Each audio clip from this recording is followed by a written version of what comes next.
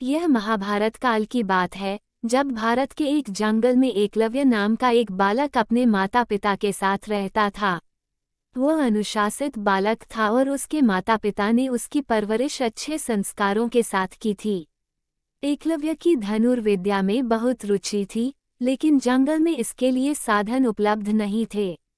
इसलिए वो गुरु द्रोणाचार्य से धनुर्विद्या सीखना चाहता था। गुरु द्रोणाचार्य उन दिनों राजकुमारों अर्थात पांडव और कौरवों को धनुर्विद्या सिखा रहे थे और उन्होंने भीष्म पितामह को वचन दिया था कि वह राजकुमारों के अलावा किसी को भी धनुर्विद्या का ज्ञान नहीं देंगे।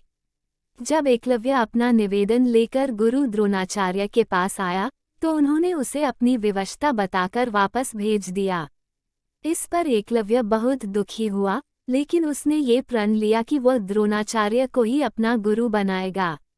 शारीरिक रूप से गुरु की अनुपस्थिति के चलते उसने उनकी मिट्टी की मूर्ति बनाई और उसके सामने तीर कमान चलाने का अभ्यास करने लगा। देखते ही देखते वह एक उम्दा धनुर्धारी बन गया।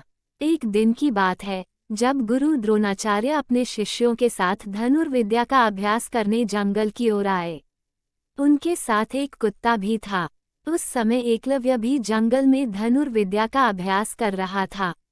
ऐसे में जब कुत्ते को जंगल के एक ओर से आवाज आई तो वह उस ओर जाकर भौंकने लगा, जिससे एकलव्य की एकाग्रता भंग होने लगी।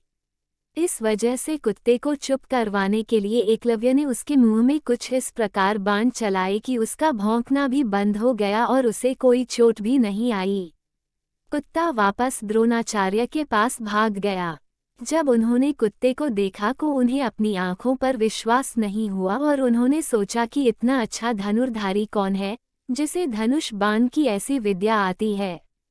जब उन्होंने जाकर देखा तो उनके सामने हाथ में धनुष लिए एकलव्य खड़ा था। अपने गुरु को देखकर एकलव्य ने उन्हें प्रणाम किया। द्रोणाचार्य ने उससे पूछा कि उसने यह विद्या किससे सीखी, तो एकलव्य ने बताया कि वह किस प्रकार उनकी मूर्ति के सामने प्रतिदिन अभ्यास करता है। ये सुनकर द्रोणाचार्य आश्चर्यचकित हुए। दरअसल गुरु द्रोणाचार्य ने अर्जुन को वचन दिया था कि उससे बेहतर धनुर्धारी कोई नहीं होगा, लेकिन एकलव्य की विद्या उनके इस वचन में बाधा बन रही थी। ऐसे में उन्हें एक युक्ति सूझी। उन्होंने एकलव्य से कहा, वत्स, तुमने मुझसे शिक्षा तो ले ली, लेकिन मुझे गुरु दक्षिणा तो अभी तक नहीं दी है। आदेश करें गुरुवर, आपको दक्षिणा में क्या चाहिए? एकलव्य ने कहा। एकलव्य की बात का जवाब देते हुए द्रोणाचार्य ने कहा कि गुरु दक्षिणा में मुझे तुम्हारे दाहिने हाथ का अंगूठा चाहिए। ये सुनकर एकलव्य ने तुरंत अपनी कृपाण निकाली और अपना अंगूठा काटकर गुरु द्रोणाचार्य के चरणों में रख दिया। इस घटना की वजह से एकलव्य का नाम एक आदर्श शिष्य के रूप में आज भी याद किया जाता है।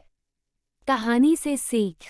वीर एकलव्य की कहानी से हमें ये शिक्षा मिलती है कि अगर हम अपने लक्ष्य के प्रति पूरी तरह समर्पित हैं, तो उसे हासिल करने के बीच में आने वाली कोई भी बाधा अहमियत नहीं रखती। कहानी पसंद आए तो लाइक, शेयर और सब्सक्राइब करें। धन्यवाद।